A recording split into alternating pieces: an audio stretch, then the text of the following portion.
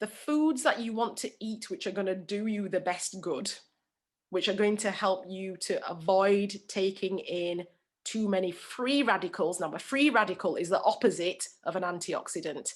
Antioxidants help your immune cells. Antioxidants are protective against cancer. Antioxidants will be protective against infection. Antioxidants help your cells. They help the genetic material in your cells. They help your cells to repair. They help. Free radicals can be seen as the opposite. They destroy, they destroy, they destroy. And if they attack the part of the cell which has got the genetic material, this is where you're going to increase your risk of cancer, and it's going to increase your risk of becoming unwell with many different problems. So free radicals, unfortunately, are very, very, very, very abundant in animal products, whether it be meat, whether it be dairy, whether it be eggs, poultry, whatever. They're high in they're high in free radicals. Now, don't get me wrong, animal-based foods do have some good nutrients. For example, vitamin B12, for example, zinc. However, they're probably not the healthiest sources of these nutrients because of the damaging things that they also contain. So this is why we're trying to encourage you to eat more plant-based foods. I was just watching nutritionfacts.org earlier on, and a study was done which showed that people who eat, you've heard that you should have 5 to 8 helpings of fruits and vegetables per day, but actually we found that people who eat more in the order of 9 or 10 are the people who seem to have the strongest immune systems. So plants, plant power, plants are your friends. Eat as many different plants as you can and eat them as whole as you can. So when we talk about whole food plant-based diet, we're talking about food that looks as much as it looked like as possible when it came out the ground, or it was picked off the tree, or it was picked from the bush, not highly processed foods that came from plants. So we're talking about apples rather than apple pie, I guess. We're talking about what can I say? Bananas rather than banana fritters, if you like. So although banana fritters are good, I do like them. But yeah, we want to try to eat as much food as whole as possible. And so just about nutrition and the immune system, you want to try to avoid lots of free sugars. Now, fruits do have a lot of sugar in them, but they're natural sugars and they're inside the fruit. So that is the best way to have your sugar, inside the fruit. But when you have your sugar and it's been extracted from the fruit, there's usually too much sugar in that food, whether it be chocolate, cakes, biscuits, even juices. And again, I'm not saying that you shouldn't drink juices, but juices, when we do the label reading, you'll find out how much sugar there is in juices.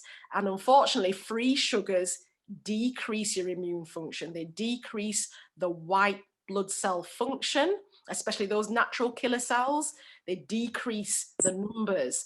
So if you are unwell and the next time you've got a cold or a flu, what you shouldn't do is drink that Lucozade, which contains all that sugar, because that's actually going to just decrease the white cells that you need to be functioning to help you get well from that cold or that flu or that corona that you've got.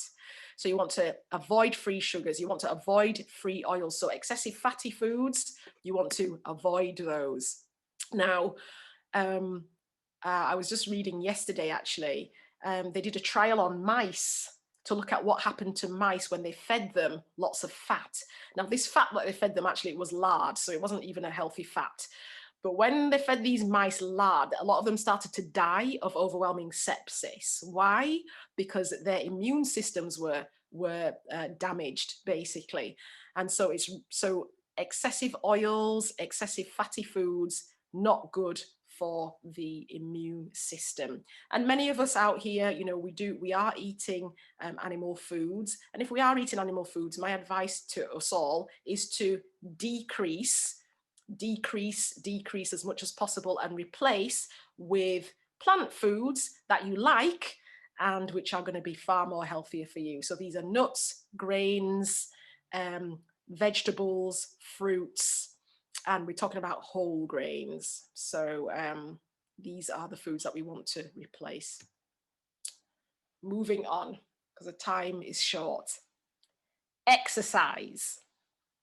So I'm going to just allow you to turn your mics on, and if anyone would just want to tell me what kind of exercise they enjoy doing, give somebody a little bit of encouragement, perhaps who's not doing any exercise, just turn on your mic and let us know what exercise you like. Cycling is something I enjoy. Probably not doing it enough of at the moment. Excellent. Cycling, and that's wonderful because that's outdoors generally, unless it's an exercise bike that you're using. Anyone else? Walking. I love walking. I am a walker, if there ever was one, I would say. Don't really like the gym personally, but the gym is a good place when it's open. Booty band. Pardon? Using a resistance band or a booty band. That is my niece. Thank you, Danuta. Welcome. Right, so a resistance band. So that's good. So what she's talking about is resistance training. So there's two types of exercises: aerobic exercise, and that is the exercise that we're talking about, which is going to help your immune system. So those natural killer cells, they are increased with aerobic exercise. And what do we mean by aerobic exercise? We're talking about the exercise that is repetitive, which is going to cause you to breathe deeper, sweat, and increase your heart rate. That kind of exercise, so walking, swimming, gardening. Run. I enjoy running. Running. Caroline says she likes running. Excellent. Zumba, I guess, any skipping, all the sports like football, basketball, all of them, they're all aerobic exercise. Now, the resistance exercises that Danuta was talking about, those are muscle strengthening exercises, which are really important if we want to have good function over our body and control over our body, especially as we get older. People who do not have strong muscles cannot do the activities of daily living the way that they would want to. If you want, when you get older, to be able to take yourself off to the toilet, to be able to wash yourself, to be able to get in and out of the bath yourself, and to do your own shopping and to look after your own house, you need to have strong muscles. And this is where your resistance training or your weights are important. And so, and for good posture as well, that is really, really important.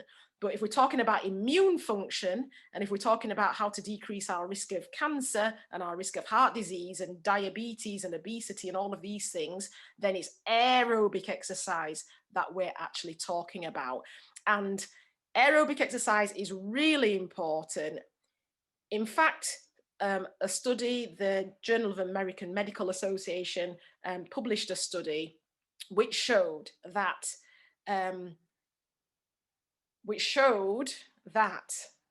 people who smoking is really bad for your immune system, by the way, and it's bad for every system, but people who smoke but are active, they are doing exercise, are likely to live longer than people who may eat well, who may have good blood pressure, who may even be slim build or whatever, but do not exercise. So smokers who are exercising are healthier and are going to live longer than people who may have other so-called healthy lifestyles but are not exercising. And what is helping those smokers to outlive these other people? It's the exercise. So that's really a testament not to smoking, and I would never encourage anyone to smoke. As I said before, we want to do away with all harmful substances, which smoking is obviously one of them. And actually people who smoke are more at risk of having a very severe risk of COVID-19 and ending up in ICU. So we definitely don't want the smoking to be happening at all. But exercise is powerful. And again, exercise directly boosts that innate immunity that I was talking about. So for any of us who perhaps are not exercising, consider starting. Choose an exercise that you like, because if you choose one that you like, it's the one that you're going to do. You don't have to go to the gym and pay lots of gym membership, or if that's the one that you like, do that. just do something. And I do look forward to our session. I think that's coming up later on down the line, which is going to talk about how we can change some of our bad habits and adopt healthier ones. So I'm hoping that we can all do more exercise, but I've got to move on. So the next one, the W in New Start, it stands for water. Now, there's this thing about drink 2 liters of water a day, and that's great. But actually, we should be drinking perhaps more like 2 to 3, perhaps even 3.5 liters of water a day, depending on your weight and your size. So there are a few different calculations that we can do to work out how much water each individual needs according to their weight. But I'm not going to go into that. But it's vitally important. Every single cell in your body, including your immune cells, need water. They need water to clear waste. They need water to make sure that they're not dehydrated. All cells need to be hydrated properly. And so drinking just water, plain water. I know some of you out there, you like fancy water because that water's got a low, high pH. It's alkaline water. It comes in special bottles. It comes in all different shapes and sizes. But what I would say is just drink water. If the only water that you've got happens to be normal water that you buy from a shop or even tap water, there's certain things that we can do to get rid of some of the impurities from tap water. My advice is drink water. It's massively important. But just as we're talking about water, and I've only got about 10 minutes to go, I've talked to you about water on the inside, but there's also a very, very important function of water that can be used on the outside. Does anybody have any idea what I'm talking about? Water that we can use on the outside, which can help our immune function. Washing? Yes, that's really important. Washing. That's so important because obviously, if we are dirty and we live in dirt, we're going to be more likely to be surrounding ourselves with bugs that could cause harm. So washing's important, but it's kind of like, I've kind of like said it in the text. If you read the text on the screen, hopefully you can see it, but there's hydrotherapy. Now, hydrotherapy is the manipulation of water to the outside of the body. Apart from, I guess, if you're using a colonic, but it's manipulation of water to the outside of the body, which can help boost immune function. And again, it's this innate immunity. And what we found is that, just bear with me 1 second. Oh, thank you. That's very gracious. What we found is that if we can correctly use heat and alternating that with cold, we can create an environment that actually boosts our immune function. Now, I'm sure many of you have been in a sauna. You lucky people that get to go to maybe a spa or get to go to maybe a gym or something like that. And maybe you might have a workout and then you go into a sauna. Now, a sauna and a steam room is a type of hydrotherapy. And the idea is that you go in there and you get really, really, really, really hot for maybe about 20 minutes or 30 minutes. Some of you are really hardcore and you stay in there for 45 minutes and an hour. I can't do that. But you do the heat, and then after that you rinse off with really cold water, or you dive into a plunge pool, and the plunge pool is typically quite cold. And for some reason, this alternating between hot and cold boosts the immune function. And I kid you not, since I found out that, religiously, I've made sure that anytime I have a hot shower, whether it's winter, summer, whatever it is, always end in a minute of cold. So turn it right down to cold, and it needs to turn to cold quickly and end in a minute of cold.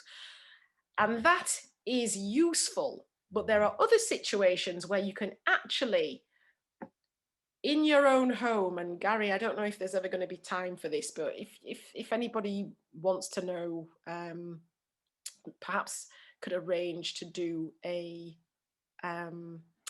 a demonstration, because I can't do it by myself, but perhaps could arrange to do that. But you can actually create a situation where you sit on a chair and you have your whole body, apart from your head, wrapped in a very long towel or a sheet with your feet in hot water. And this creates steam. It creates a lot of heat. And you've got somebody who's checking the temperature of the water all the time to make sure it stays hot and to make sure that the heat is being surrounded underneath that sheet. And then after that, about 20 minutes later, they get a bucket of ice cold water and they plunge your feet in that. And that actually generates a fever, if you like. It generates quite a lot of heat. But for many years, probably over 150 years, people have been using a makeshift Russian sauna. That is what that is. And having that alternating of heat for 20 minutes and then freezing cold ice water has actually helped many people who've been suffering from various chest congestive illnesses and chest infections. It's a very old-fashioned method, but it has proved to be quite effective. Now, there's certain people who cannot do that. People who've got any kind of neuropathy or nerve problem with their skin, especially in their feet, people who've got diabetes, I would not advise it, but it is something that we can do because if the person can tolerate it, to boost our immune function, our innate immune function. So just bear that in mind. And another thing is to have contrast showers. So where I told you I finish my shower in cold always, there is evidence to suggest that if a person has a contrast shower, so they go in the shower and they have it on hot for 5 minutes, then they put it on cold for a minute, then they have it on hot for 3 minutes, then they put it on cold for a minute, then they have it on hot for 3 minutes, then they put it on cold for a minute, and you finish on cold, that this will boost your white cell function of the innate immune system and help you to clear any kind of illnesses from viruses, etc., more quicker. So that is a contrast shower. These are things that you can do at home. And I'm sorry, I should have really had some pictures of these things, but they boost white cell function. Both of these things, if you're going to attempt these things, you must make sure that you're safe with the hot water, make sure there's no children around, make sure that you have somebody that can help you. And also you must make sure that you're drinking plenty of water before and afterwards, and that afterwards you rest. It's quite a shock to the body to go through hot, cold, hot, cold, hot, cold. You can't just do that and then go to work. You have to do it when you can rest. This has amazing effects on the white cell function, as I said, and it's also a method that's employed to help people who are suffering from depression. But that's enough about water. So I'm going to talk really quickly now about S, sunlight and air. This is the S and the A that's in New Start. So sunlight. I'm talking about sunlight with respect to vitamin D. So vitamin D is our sun vitamin. It is produced, vitamin D is produced from cholesterol in the skin. So the sun, the UVB rays, they convert the cholesterol in the skin to a precursor of vitamin D. That vitamin D goes on to the liver and the kidneys to make vitamin D3, which is a profoundly strong immune supporter. In the light of COVID-19, there's been lots of research done. Some research supports the use of high dose vitamin D. Others don't provide such strong support, but we do know that every cell in our body, pretty much, almost every cell in our body, and certainly the cells of the immune system, they have receptors that respond to vitamin D. And so vitamin D is profoundly important for maintaining good immune function. And anybody who is vitamin D deficient needs to be vitamin D sufficient, which means that you are going to need to take some supplements. Now, the thing is that vitamin D is not like many other vitamins. Vitamin D is not really, you can't really get it much from food. There's a small amount in shiitake mushrooms and different foods and fortified cereals, but really, God gave us the sun so that we could be out in the sun and we could make vitamin D and have the vitamin D for our immunity and for other vital functions. So vitamin D is also important for muscle strength. It's also important for bone strength. And don't forget that your heart is one of the most important muscles that you have. So vitamin D is got massively broad functions, but because we're talking about immune function, I will just really try to concentrate it on there. So most people with dark skin who live in England are vitamin D deficient unless they're taking a supplement. And to be fair, most people, whether you've got light skin, dark skin, whether you're Caucasian, whether you're Asian, whether you're black, whatever you are, if you're not out in the sunlight and you work inside or you've been living inside all the time because it's winter, you're probably going to be vitamin D deficient anyway, whatever your ethnic background or the hue of your skin. And so my advice really would be to make sure that you do not get any more vitamin D deficient, and that you actually make sure that your vitamin D levels are supported with a supplement. And you know, the GP can sort that out for you, or you can just go ahead and buy a supplement over the counter. So the recommended daily dose of vitamin D is 400 international units. I think that is perhaps a little bit too modest. People can usually take between 1,000 and 4,000, healthy adults 1,000 and 4,000 units quite without any problems at all. I use this one. This is a vegetarian vitamin D supplement, and one actuation, so one spray. I'll go ahead and take that. 3,000 units.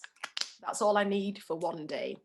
And for somebody who is vitamin D deficient, adults are usually treated with 300,000 units, which would be the entire bottle, which is 100 sprays. So by the time you got to the end of the bottle, by having one spray a day, you would be vitamin D sufficient. You'd have enough, and then you could perhaps go on to a lower dose. So that's 3,000 units. This comes in a 1,000 unit, or if you wanted to take 400 units, you could do that, but you need to get your vitamin D levels up so that you have a normal vitamin D level before you take a lower daily dose. But again, you know, the GP can help you to sort that out, or we can talk about it later in the question and answer section. Vitamin D, massively important.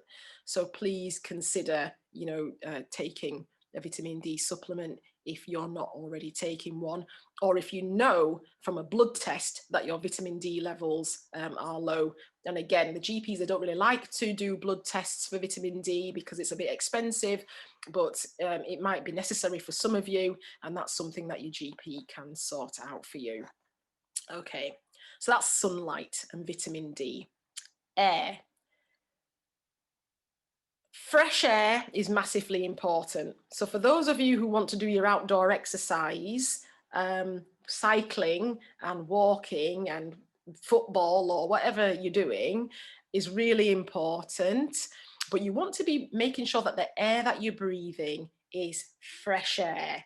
So if you can get somewhere where it's green, like a park, let's say, or going up into the hills, or go up a mountain, or go by a brook, these are good places for you to take nice deep breaths. And if I had enough time, I'd get us all to do deep breathing, because not only is that good for the immune system, it's wonderfully relaxing, but we don't have enough time, so I'm not gonna do that right now.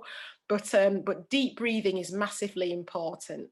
Now, when we're looking a bit more specifically to the immune function, more recent studies coming from Japan have showed us that engaging in a process called forest bathing is massively good for our innate immune function.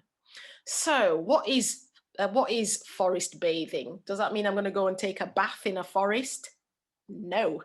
What it means is going into a forest and actually doing that deep breathing. So actually, I think we will do some deep breathing. So what I want you to do is I want you to just sit there and let your shoulders relax. Just let them relax. I want you to have a straight back, and I want you to breathe out. So you're going to breathe everything out. And once you've breathed out, now you can take a deep breath in. And I want this to be a really slow, deep breath in over 5 seconds. So breathe in through your nose over 5.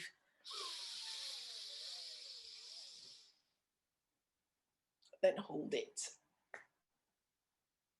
And then breathe out.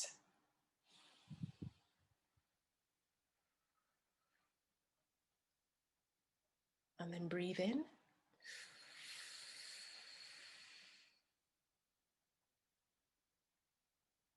Hold it.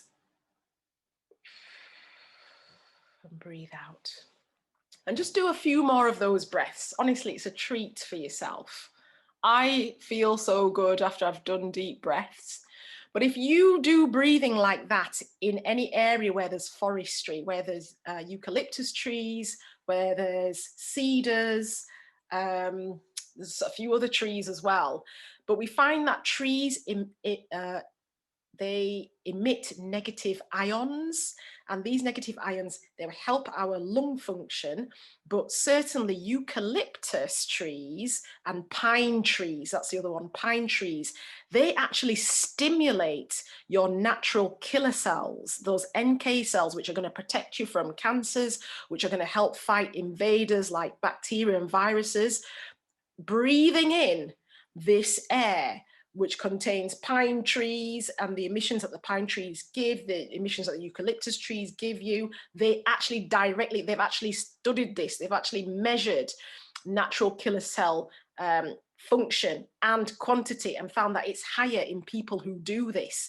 And it remains high for a month after. So it's not that you go into the forest and then you do the deep breaths and then you come home and then it's gone. Your boost to your immunity is gone. It takes 30 days before it goes away. Part of it is to do directly with what the trees are emitting.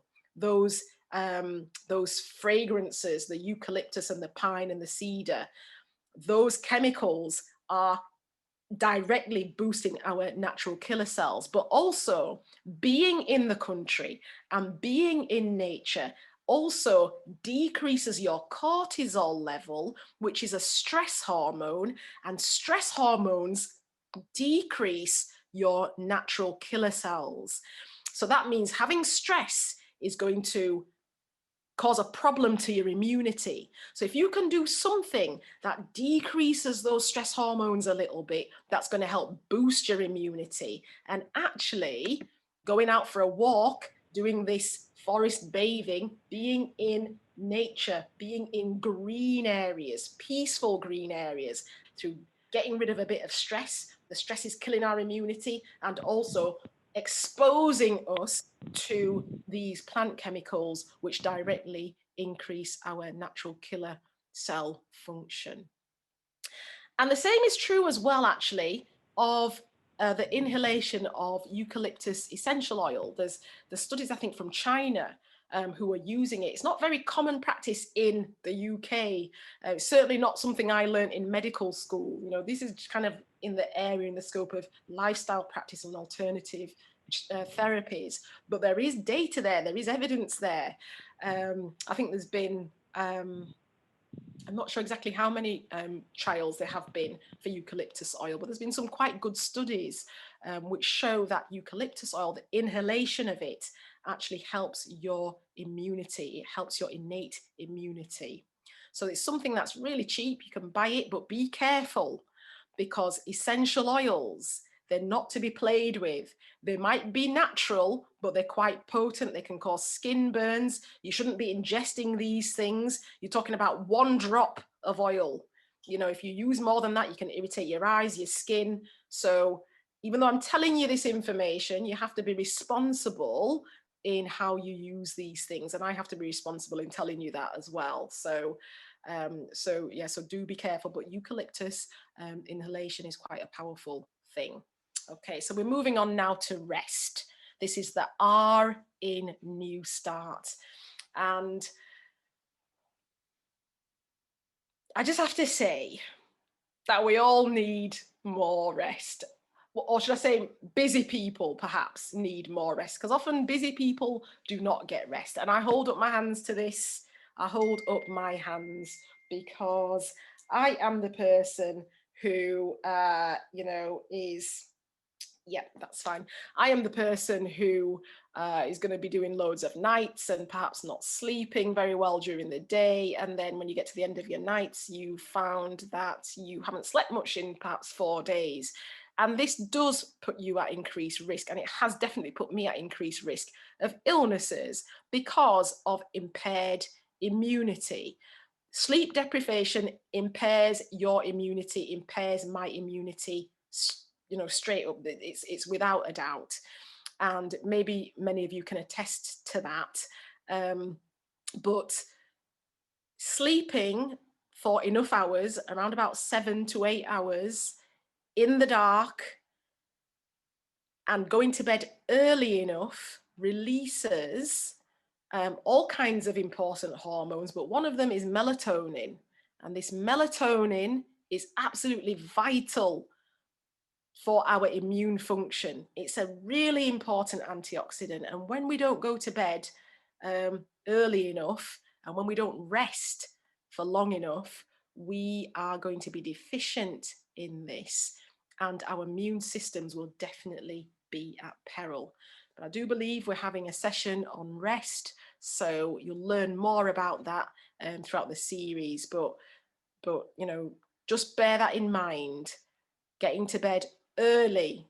Some wise person said, early to bed, early to rise keeps a man healthy, wealthy, and wise. I don't know about the wealthy bit, but definitely healthy and wise. So rest is massively important. For those of us who are doing shift work, any of you nurses out there, we really are you know, damaging ourselves with these nights and things. So we really have to try to do what we can to change that.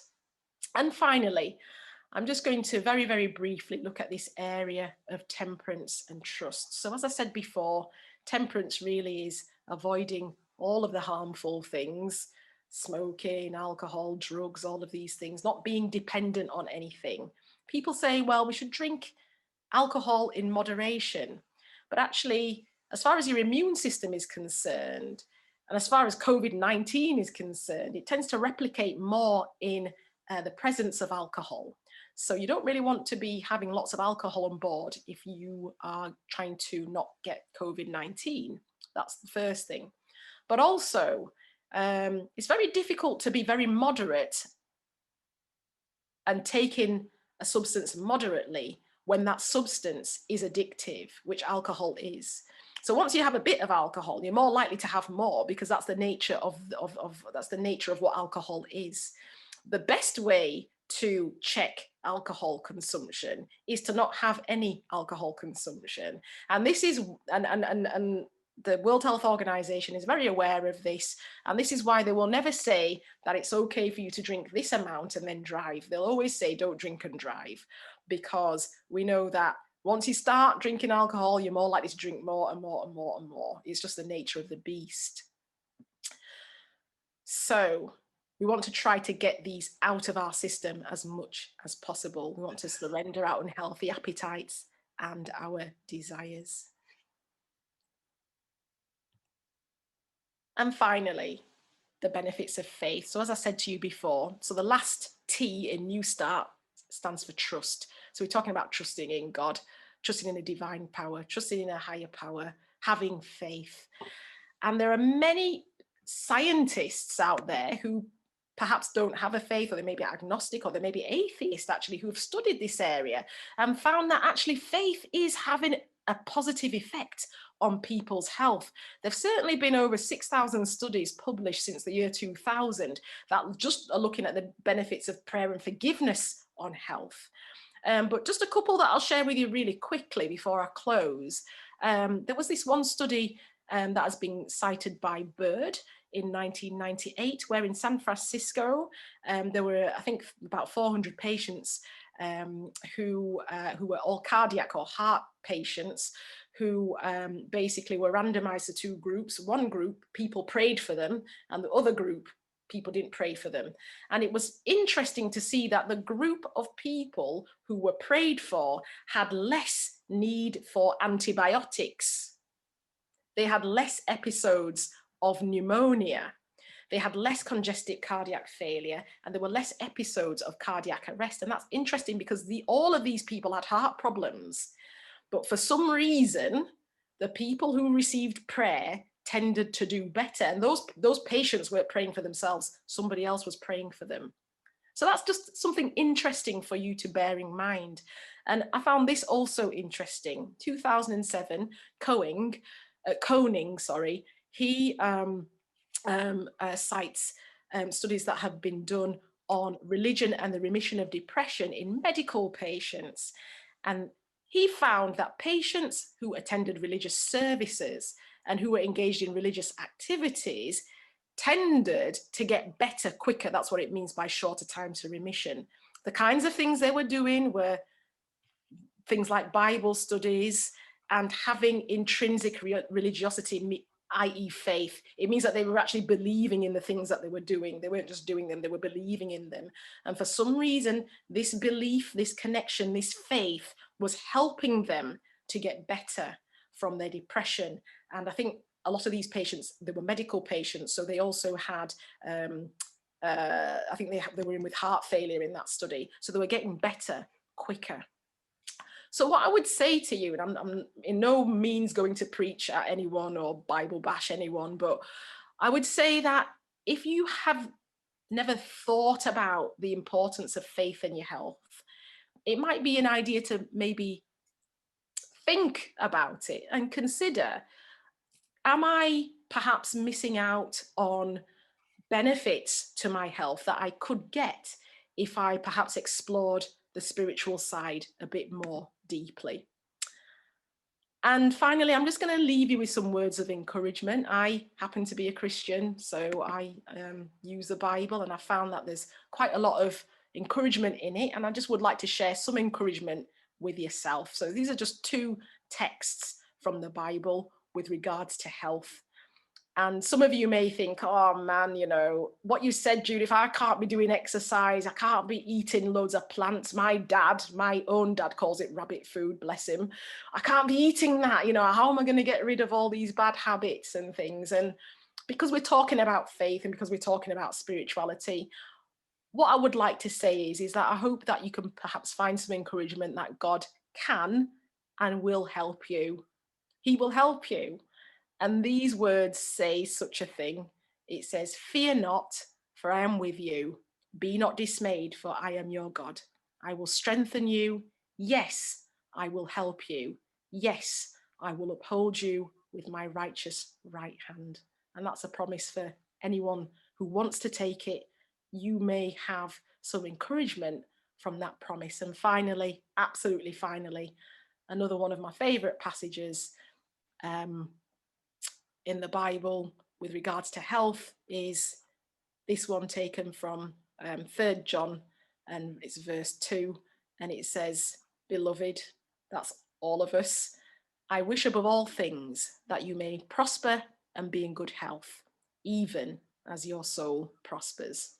Thank you very much. So we have about 7 or 8 minutes left before we close this evening session. So have we got any questions? I did notice one in the chat, Judith, which was one about vitamin D. Where can people purchase the spray that you mentioned, the vitamin D spray? I did see a couple of answers. Some people said, someone said general pharmacists. Someone else said Holland and Barrett. Is there anywhere specifically you can suggest? And is there a certain dosage that people should be working with? Yeah, so this one is from Holland and Barrett. That's where I get mine from. It's called Better You. They do a lot of different supplements like vitamin B complex. That's also very good for your immune system. They do turmeric, which is a natural anti-inflammatory. So yeah, I get mine from Holland and Barrett. That is £8.49, I think. So I don't work for Holland and Barrett, everyone. Just want you to know that. But and if you take one spray of this green one, it's got 3,000 units. That will be fine. That, 3,000 units won't cause vitamin D toxicity. And actually, I'll just show you some other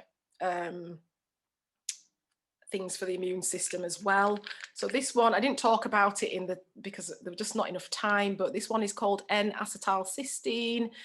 Now, this is widely used in hospitals intravenously for people who've had overdoses of paracetamol. Why? Because it protects the liver. But it also comes in vegan capsules, which you can take. And although it's got quite a long name, it's a natural product.